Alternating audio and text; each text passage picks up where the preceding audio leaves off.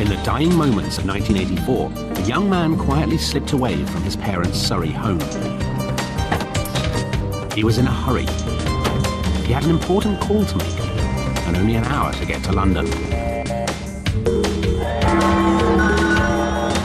As the chimes of Big Ben rang out to welcome in the new year, back at the party, the sound of popping champagne corks almost drowned out the ringing of his parents' phone. Hello? Hi Dad, it's Mike. Happy New Year. I'm in Parliament Square, and guess what? I'm ringing you on your mobile phone. We've just made history.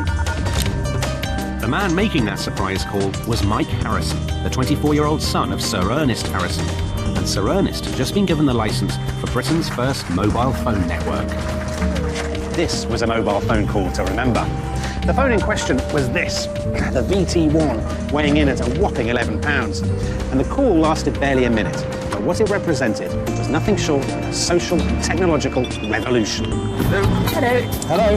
I'm in the centre of London at the moment. Yes, I'm on my Vodafone. By the end of 1985, Vodafone had sold more than 12,000 phones, backed by a suitably catchy advertising campaign. Paris, solicitors. If you'd like to be in when you're out, ring Recall Vodafone. In a decade obsessed with image and self-improvement, having a mobile, along with the biggest filofax you could lay your hands on, showed that you were rich, successful, and upwardly mobile. It's easy now, and it was easy then, to laugh at the yuppies of the 1980s. But you know those 80s yuppies? They're you and me. Making calls on the train, answering emails on your phone late at night. Like it or not, that 24/7 work ethic is something that we're all very familiar with today. After all, what do you get if you combine this with this? Well, you get this. From the cult of the mobile and the buzz of the stock market, to the gospel of advertising and the craze for all things continental, the second half of the Thatcher decade laid the foundations for our hectic 21st century lifestyle. 5 years of dizzying change that saw Britain plunge headlong into a new era of digital technology, financial globalization, and the unashamed pursuit of individual self-interest. No revolution ever comes without a cost. But what Margaret Thatcher never imagined was that at the end of the decade, she too would be swept away by the shock of the new.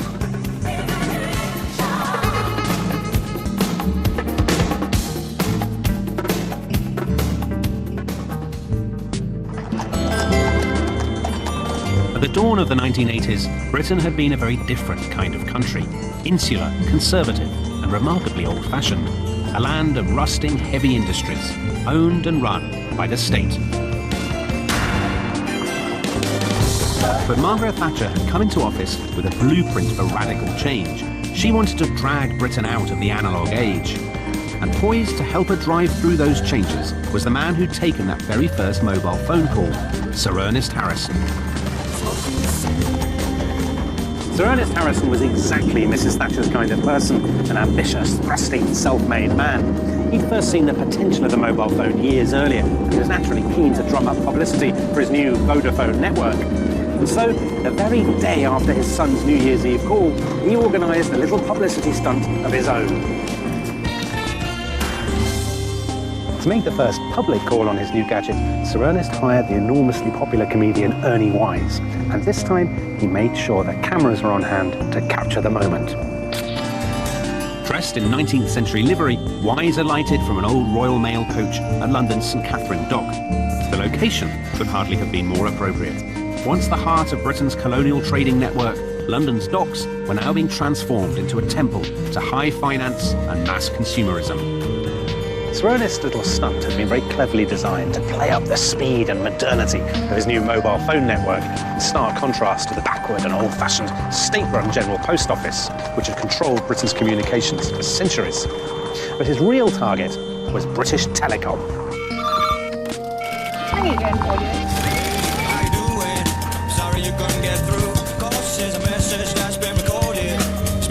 Although British Telecom had been detached from the Post Office in 1981, it was still a state-owned monopoly. And sadly, its customer service was still far from ideal.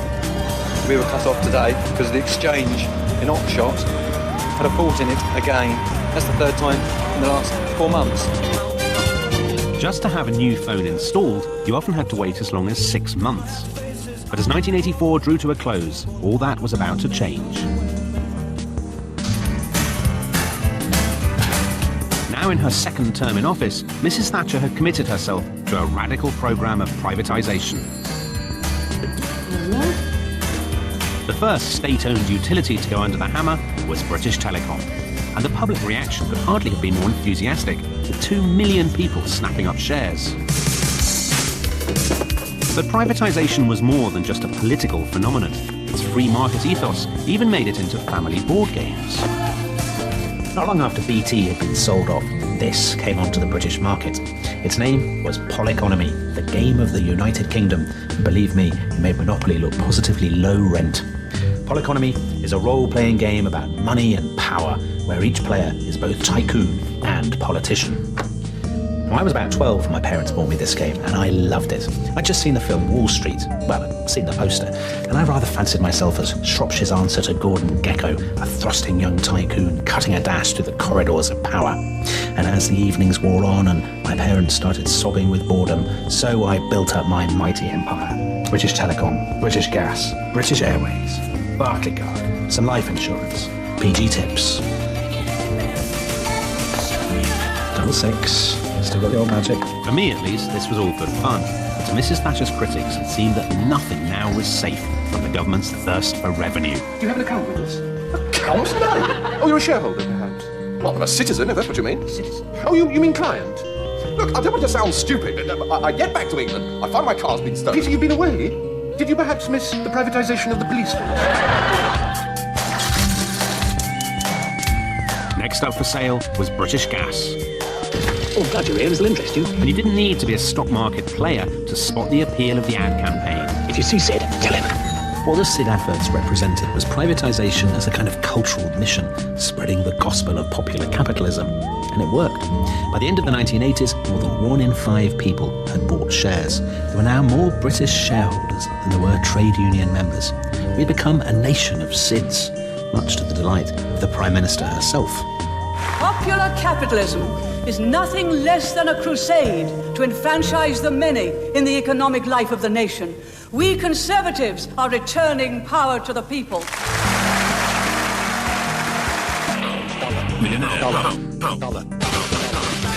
But when Margaret Thatcher fired up the engine of change, she didn't quite get what she'd bargained for. As the daughter of a shopkeeper, she dreamed of a nation of citizen investors, holding companies to account and raising standards across the board. But most people were rather more interested in making a quick profit than in investing in the long-term future of British Telecom or British Gas. Within just 6 months, 1 in 4 BT investors had already sold their shares. And as for the SIDs, well, within days, thousands of them had cashed in on their shares. Even so, what all this represented was a massive swing of the pendulum from public to private, driven not just by Mrs. Thatcher's political ideology, but by the material ambitions of millions of ordinary people.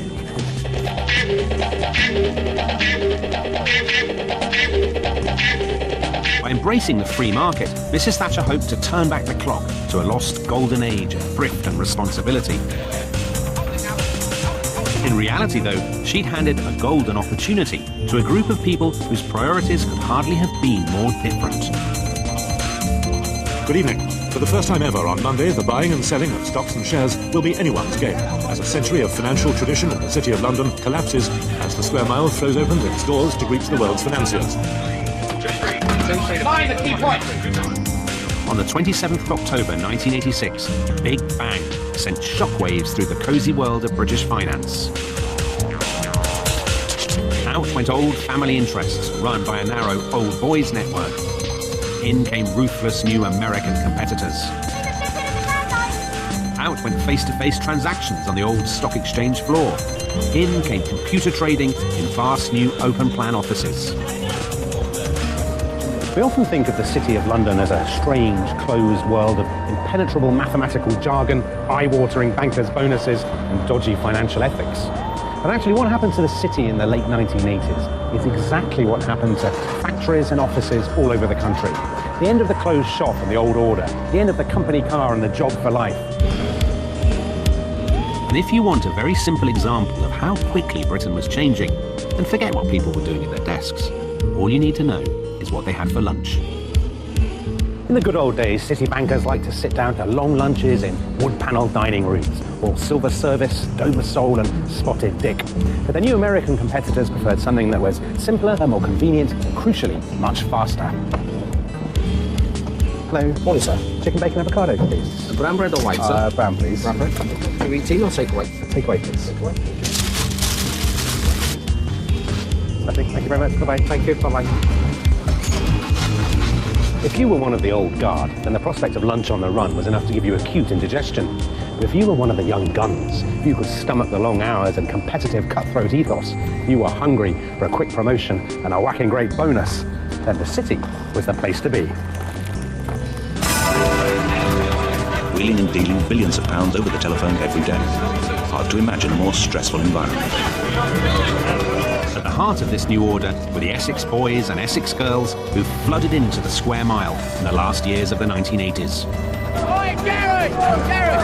Straight you done 5 blocks, working sweater. They were young, brash, and intensely ambitious. And their new bosses didn't care where they'd been to school, or whether they said toilet instead of lavatory. All that mattered was how good they were at buying and selling, and how much money they were making. What is your aim in life? Just doing lots of money, really.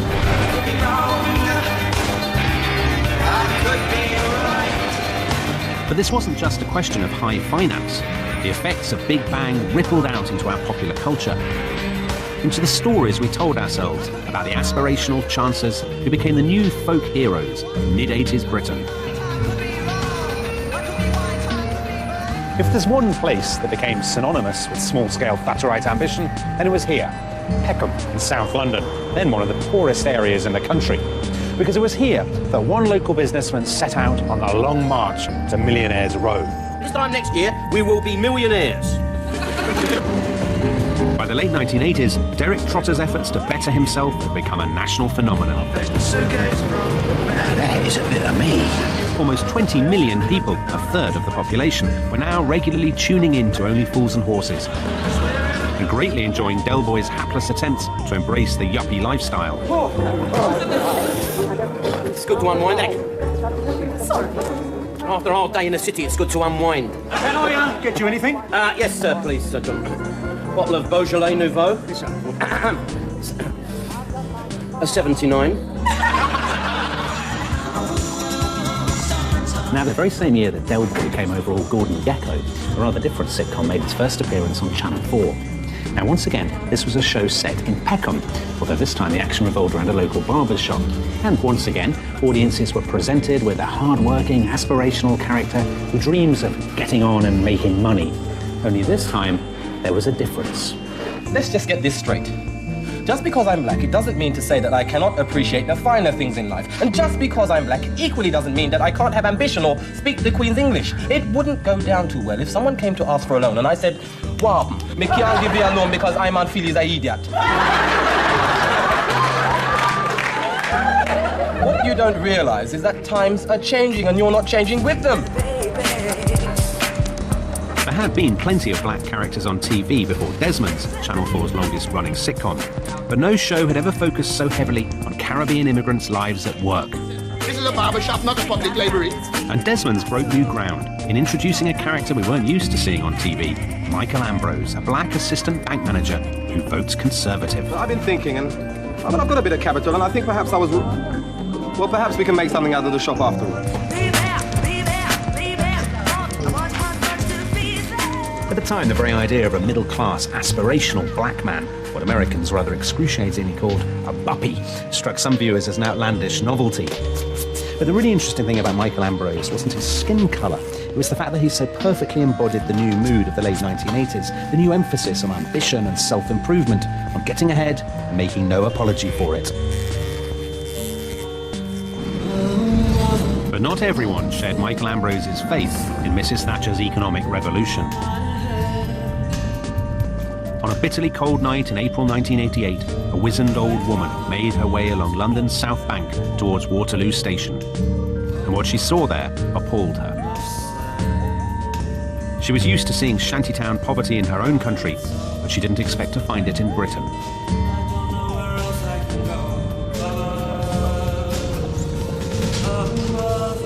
That little old lady was the 77-year-old nun, Mother Teresa of Calcutta, who had won the Nobel Peace Prize for her work with India's urban poor. Her destination that freezing April night was this place, then the site of Waterloo's infamous Bull Ring roundabout, a dingy, forbidding maze of concrete underpasses that by the late 1980s had become home to some of the capital's very poorest people. How, asked Mother Teresa, could somewhere in the very heart of First World London look so much like Third World Calcutta? The next day, Mother Teresa went to Downing Street to share her views with the Prime Minister. Did you get the impression when you saw Mrs. Thatcher that she was as aware of the problem as you are? I think she knows.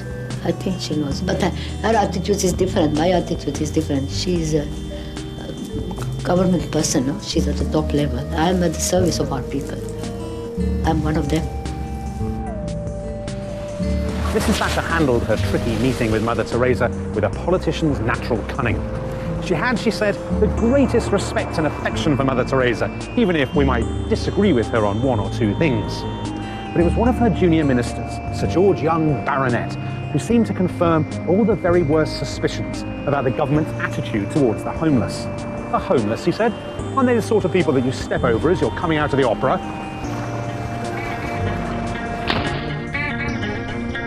I live underneath the Royal Festival Hall, in this place that they call a bash. So far I've been here for about 4 or 5 months.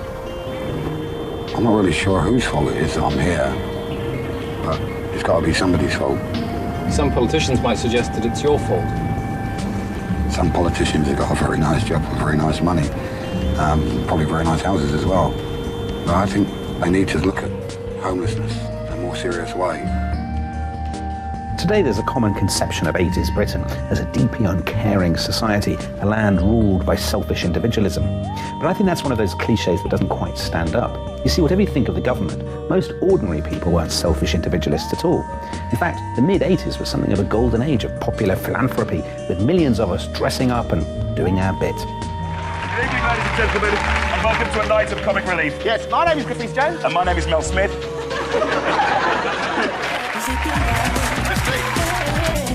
Comic Relief was just one of several charity telethons that dominated British television in the late 1980s. From Live Aid to Children in Need, this was philanthropy as peak-time mass-market entertainment. And the public response was simply extraordinary. Our total so far is 3,783,584! Now, there were, of course, plenty of skeptics, people who argued that this was merely the privatisation of compassion and an opportunity for rich celebrities to flaunt their principles. The Comic Relief's organisers insisted that they were only stepping in because Mrs. Thatcher's government had so conspicuously failed to deal with poverty, not just abroad, but right here in Britain. Do you know exactly where you're sleeping tonight? Well, over 80,000 children in Britain have to ask themselves that question every night. In 1990, the charity Crisis commissioned a cinema advert to highlight the continuing plight of London's homeless. People were used to seeing cinema adverts for cars, for cigarettes, even for their local curry houses. But never before had cinemas screened an advert for a charity, let alone one made with such stark visual flair. The fact that Crisis had chosen to spend so much money on an advert was, of course, immensely revealing. Britain in the 80s was a country defined by the sheer power of the ad man's image, all the way from your favourite chocolates to, why not, your favourite charity. Advertising agencies now claim that what really mattered wasn't where you'd come from, it was what brands you bought. Now, in my case, that meant Insignia, deodorant, Reebok, trainers, and Mars. Bars.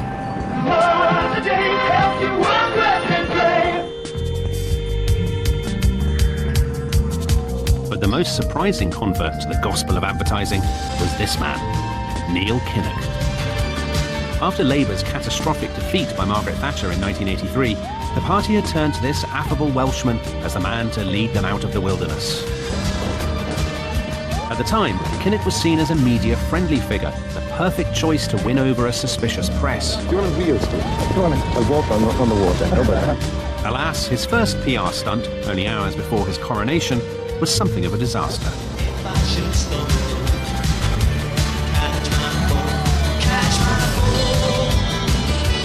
Not quite the statesmanlike image he was looking for. Poor old Neil. But once Neil Kinnock had dried himself off, he had to face the fact that his party too needed something of a makeover. You see, for Labour, the early 1980s had been nothing short of catastrophic.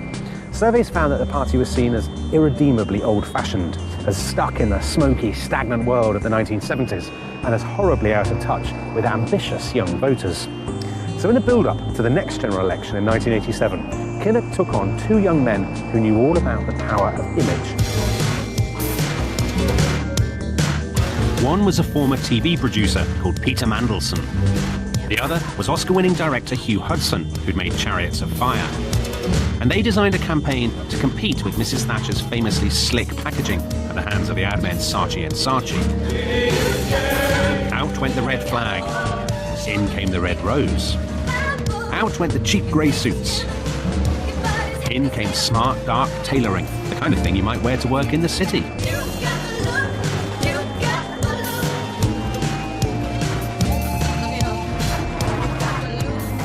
To sell Kinnock to the nation, Hugh Hudson made a short film that would go down in history.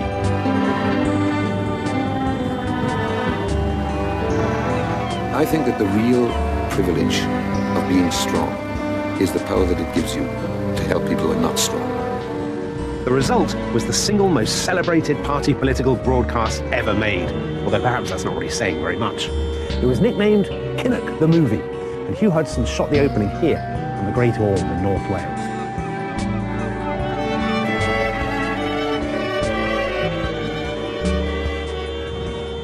Now, Hugh Hudson was no fool.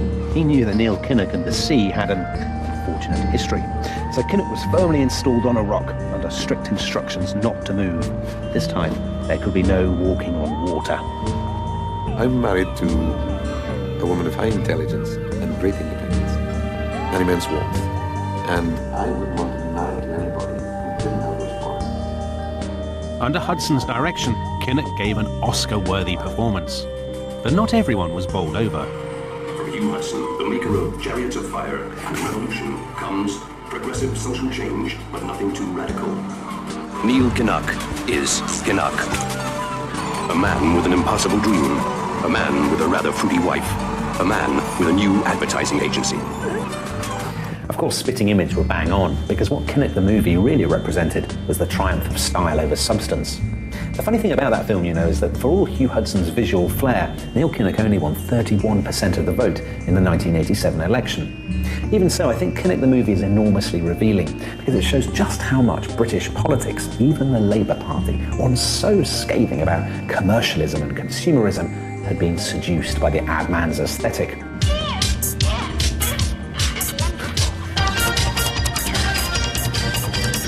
But now that Labour had moved towards the centre ground, whatever had happened to that old 60s dream of standing up to authority and defying the establishment?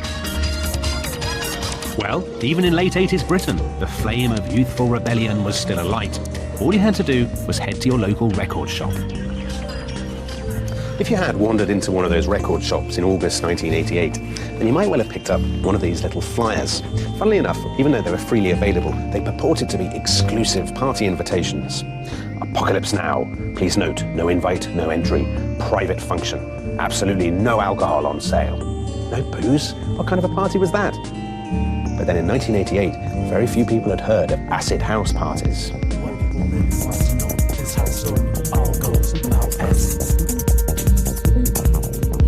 Inspired by the music played in the gay clubs of Chicago and Detroit, acid house had impeccable anti-establishment credentials. And like so many youth subcultures, it had a very pronounced sense of its own importance.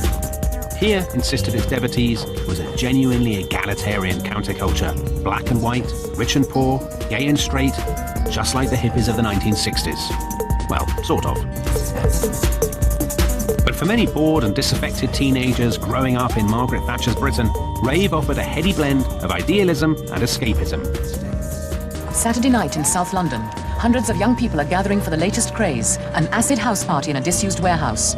Coaches will take them to a destination which has deliberately been kept secret to evade the police. Where do you think you're going to? Mystery at all.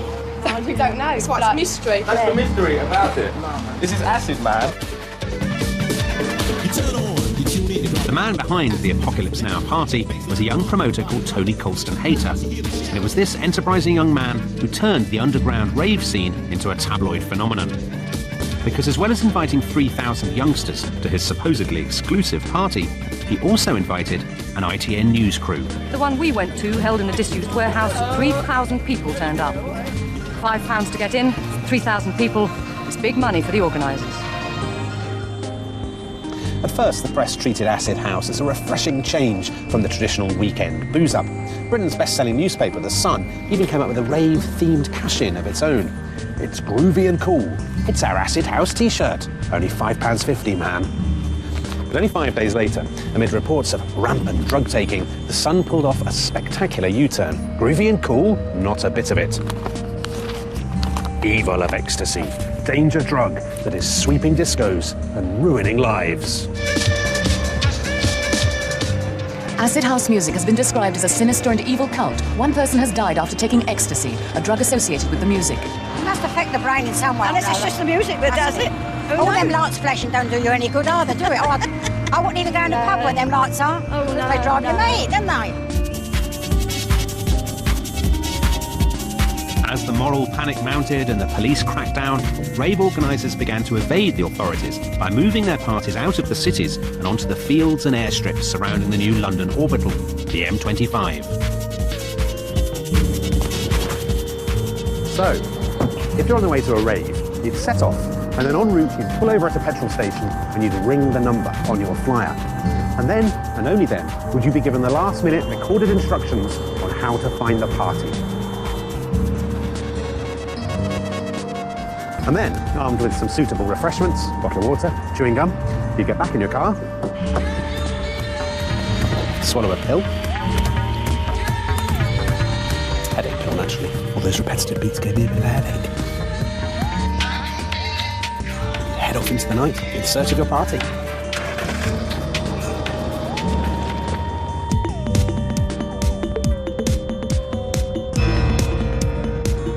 Sometimes the only clue was a laser beam emanating from some farmer's field.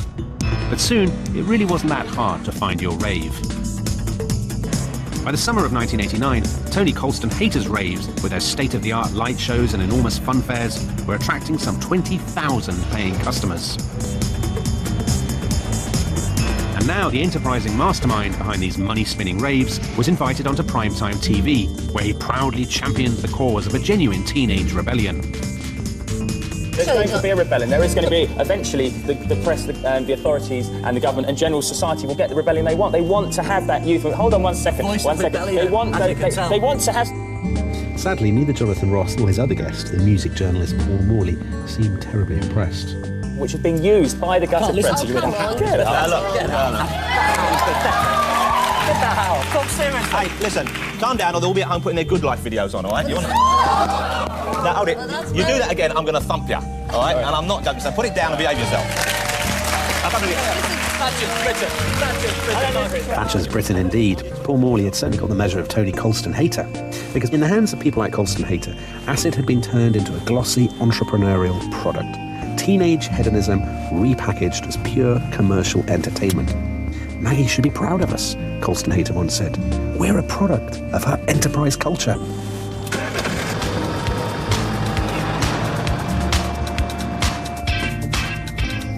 In 1987, another warehouse on the outskirts of Warrington had become the venue for a much more enduring social revolution, fueled not by MDMA, but by MDF.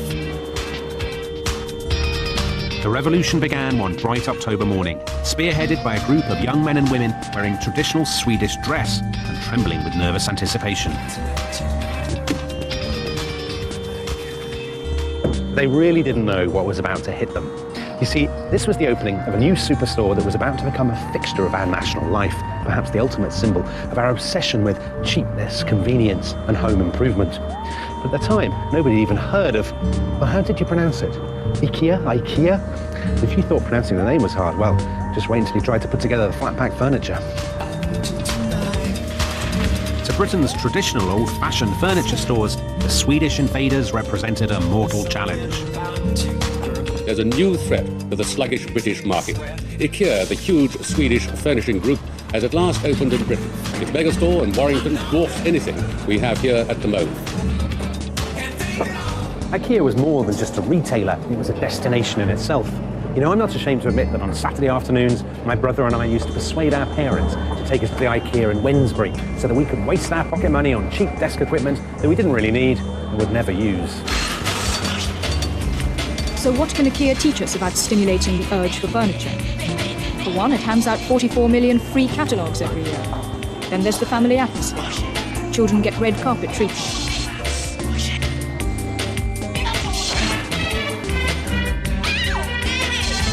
Since opening his first store in Sweden in 1958, Ingvar Kamprad's guiding principle had been to create better everyday lives for the many people. And IKEA did just that, offering families all over Britain contemporary design at an astonishingly low price. I remember finding the unpronounceable names almost impossibly glamorous. Sora, what a great name for a lamp. Nödvändig, that says bold to me. What better name for a cushion than Tillfälle Fjädrar? Although personally, I always preferred a girly, or perhaps a Munich. And while British designers were still peddling chintzy nostalgia, IKEA's cool modernism represented something refreshingly daring. And of course, what IKEA was selling wasn't really just furniture. It was an aspirational European lifestyle. Because by buying your Verve, you were identifying yourself as somebody who was ahead of the game, a connoisseur, cutting-edge design. But before you unveiled your new, streamlined Swedish look, you had to get to grips with the, well, minimalist instructions on how to assemble your new flat-pack chair. Your typical Swedish family man has 2 children, drives a Volvo, and spends 4 times as much in furniture as the average Briton. Oh no, I hate the screws. Chances are he shops at IKEA and is a keen do-it-yourselfer. It took Anders Moberg 10 minutes to put this chair together. So sort of like that.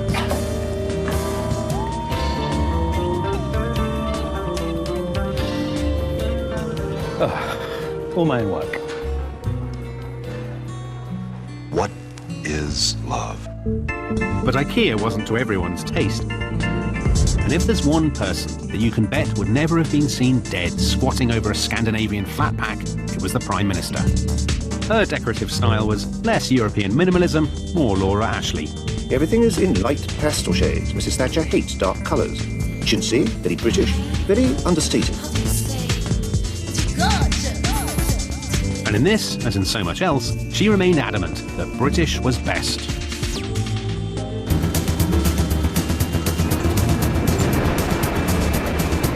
But in the same year IKEA opened in Britain, work began on a major project that rather challenged Mrs. Thatcher's bulldog spirit. The Channel Tunnel, linking us directly to Europe for the first time. In public, the Prime Minister was all for it. It will be absolutely historic, and we hope on time. But she was rather less enthusiastic at the thought of Britain becoming just another continental country. We have not successfully rolled back the frontiers of the state in Britain, only to see them reimposed at a European level, with the European superstate exercising a new dominance from Brussels. And of course, what IKEA represented was precisely Mrs. Thatcher's nightmare vision of a blandly uniform European Union. After all, what IKEA was selling here in Warrington, they were also selling in every other European country. Walk into an IKEA living room and it could be in Malmo, it could be in Milan, it could be in Middlesbrough, if you were really lucky.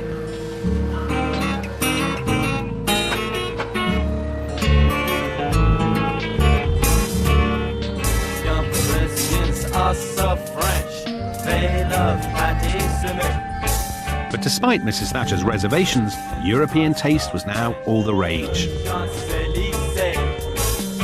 And by the late 80s, our high streets were awash with brasseries and bistros. Merci. Safely installed at your table, you might even think yourself in the heart of Gay Paris itself. Time now to enjoy some of those seductively sophisticated luxuries that advertisers had been telling you about. Remember, du pain, du vin, du beau sang. She's so pretty, I may be a fool, and the world can't fall. Du pain, du vin, du boursin, je vais bien. And who can ever forget the ads for that very finest of French wines? Les Français adorent le Pied-d'Or. In fact, far from adoring Le Pied-d'Or, the French had never actually heard of Le Pied-d'Or. But the ad men would never let a little detail like that get in the way. Because to us in Britain, Frenchness meant elegance, glamour, a certain je ne sais quoi. But what if you didn't drink wine? Well, for teetotalers, there was this refreshing alternative. And now that the genie was out of the bottle, Mrs. Thatcher's hostility to Europe was looking decidedly passé. Once you discover Perrier, nothing else will do. And in 1989, Mrs. Thatcher's dream of a proudly united kingdom with its own distinctive customs and identity came under further attack, not from across the Channel, but from much closer to home. Because in that year, she made Scotland the testing ground for perhaps her most controversial policy of all.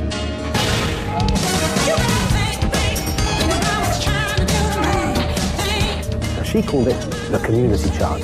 She made the ministers call it the community charge. Nobody else called it the community charge. They called it the poll tax.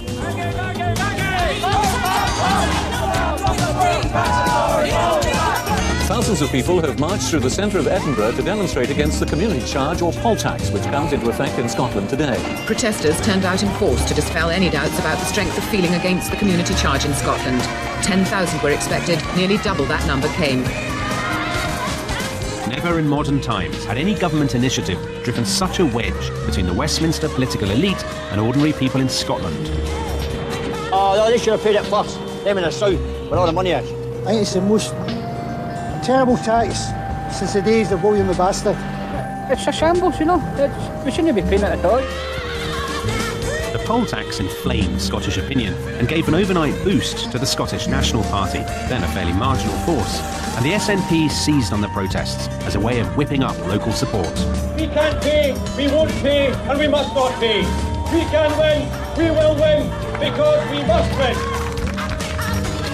Over the next few months, the SNP whipped up public outrage, encouraging thousands of people to set fire to their poll tax demands. Why, they asked, should Scotland be used as a laboratory by a government for which most Scots had never voted, a government that barely seemed to know that Scotland even existed? What is Scotland? It's that island off the Falklands, isn't it? No, Scotland! It's that place up north! North? Refresh my memory, Herd. Here! Oh, you mean the testing ground? Oh my God, yes, sir. Now, the irony is that Mrs. Thatcher actually thought that she was doing the Scots a favour. She'd launched the poll tax a year early in Scotland to please the local Tories, who were increasingly worried about public hostility to the old rates. And she genuinely thought that this was going to be a fairer system, one based on people rather than on property. So if there were 10 people living in the street, she thought they'd all use council services, and so they should all face the same charge. But up and down the country, millions of ordinary people saw things rather differently. How can they justify that the Sultan of Oman, who lives in a £10 million mansion, he is only going to pay about £800. My sister and I live in a mobile home, and we are going to pay twice about £477. No poll tax! No poll tax! By the summer of 1990, the poll tax had been introduced in England and Wales, and now even the Tory heartland of Windsor and Maidenhead was in open revolt. Will you be paying the community charge? No. There is no way. No way. But that means that you may be taken to court, you may end up in jail. Very well, we'll go to court and we'll end up in jail, if they so dare.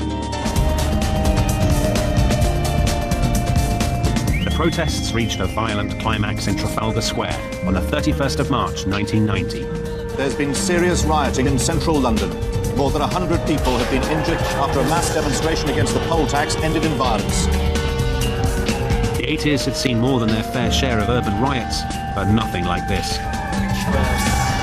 This wasn't a deprived inner-city neighbourhood. This was the centre of the nation's capital on a sunny Saturday afternoon, turned into a bloody battlefield. But if the poll tax riots had come as a shock, many people feared that even worse was to come.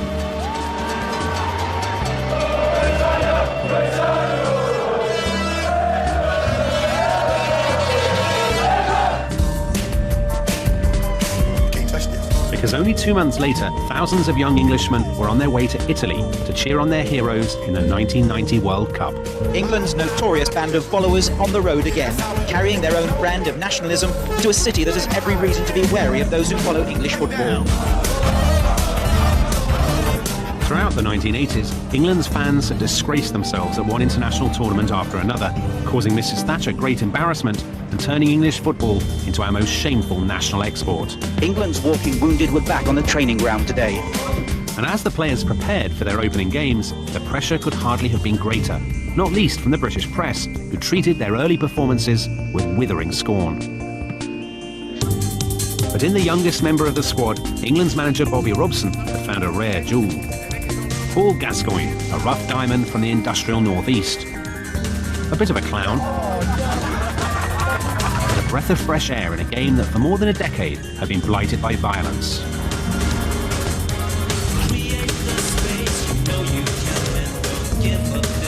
And all of a sudden, armed with a remarkably good official song, England began to look like world beaters.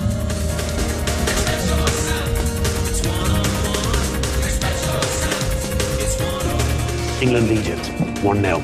England-Belgium, 1-0, with the goal in the last minute of extra time. England-Cameroon, 2-1 down with 7 minutes to go. Final score, 3-2 to England. And now, almost out of nowhere, England were in the semi-finals. 90 minutes from destiny, 90 minutes from a place in the World Cup final. And the only thing standing in our way, the old enemy, the Germans. Those are the England players who walk out for the most important match our international team have played since 1966. 26 million people were watching that night, with thousands congregating in pubs to cheer on the boys in white.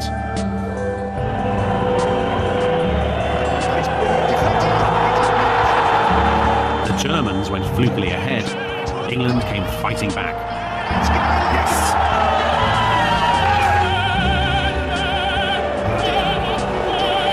But then, famously, poor old Gazza picked up a yellow card that ruled him out of the final and promptly burst into tears. And all over England, eyes welled up. At last, with the score still 1-1, it was down to a penalty shootout. And we all know what happened next.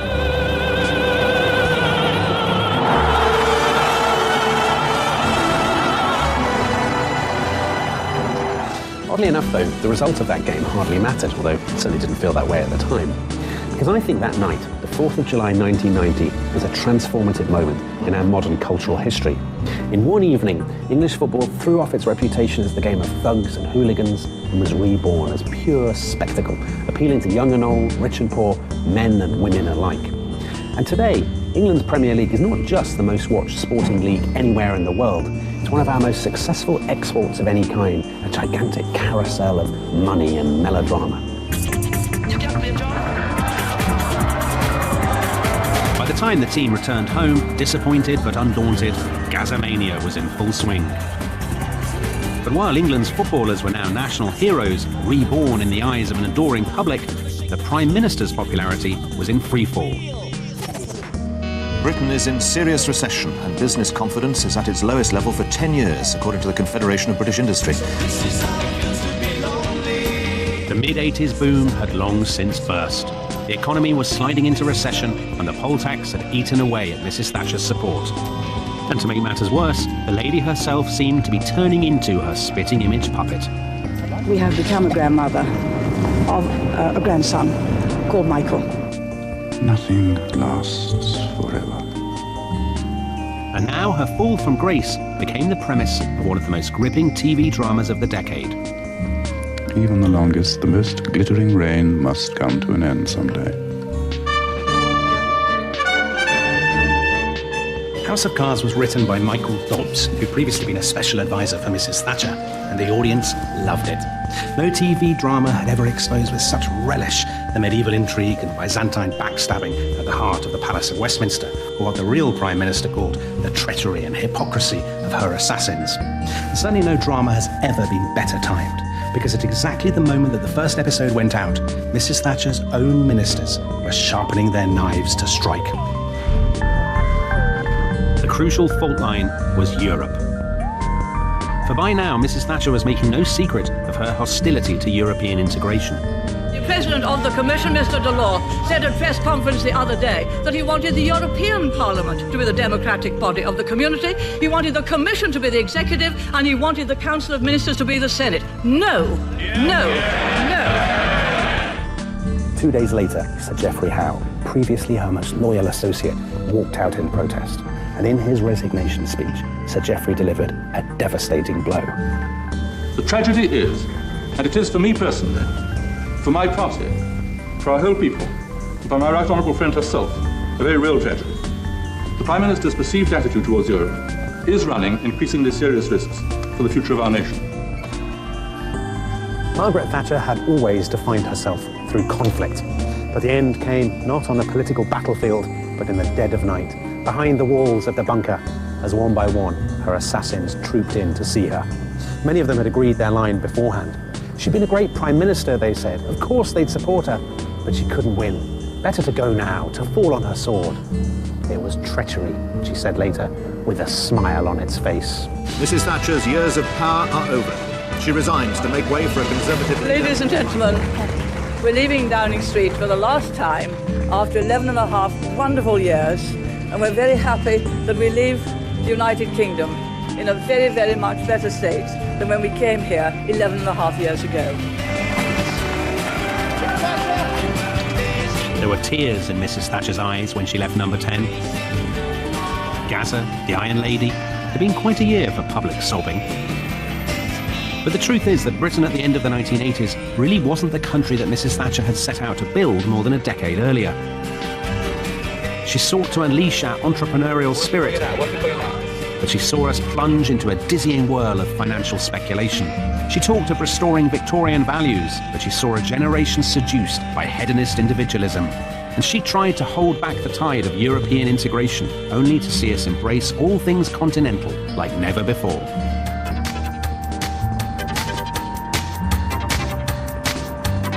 And the reason, of course, is that things rarely turn out quite as the politicians think they will.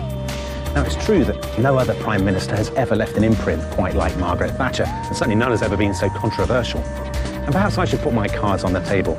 I think she carried out some much-needed and long-overdue reforms, although often far too high a human cost. But you know where the real story of the 80s was decided? Not in Number 10 Downing Street. It was in Number 10 right here, and Number 9 and Number 11, and in millions of other Number 9s and Number 10s all over the country. You see, the politicians don't make our history. We do. And if the world we live in today is the world the 80s made, then we've already got ourselves to blame. Or to thank. I quite like the 80s.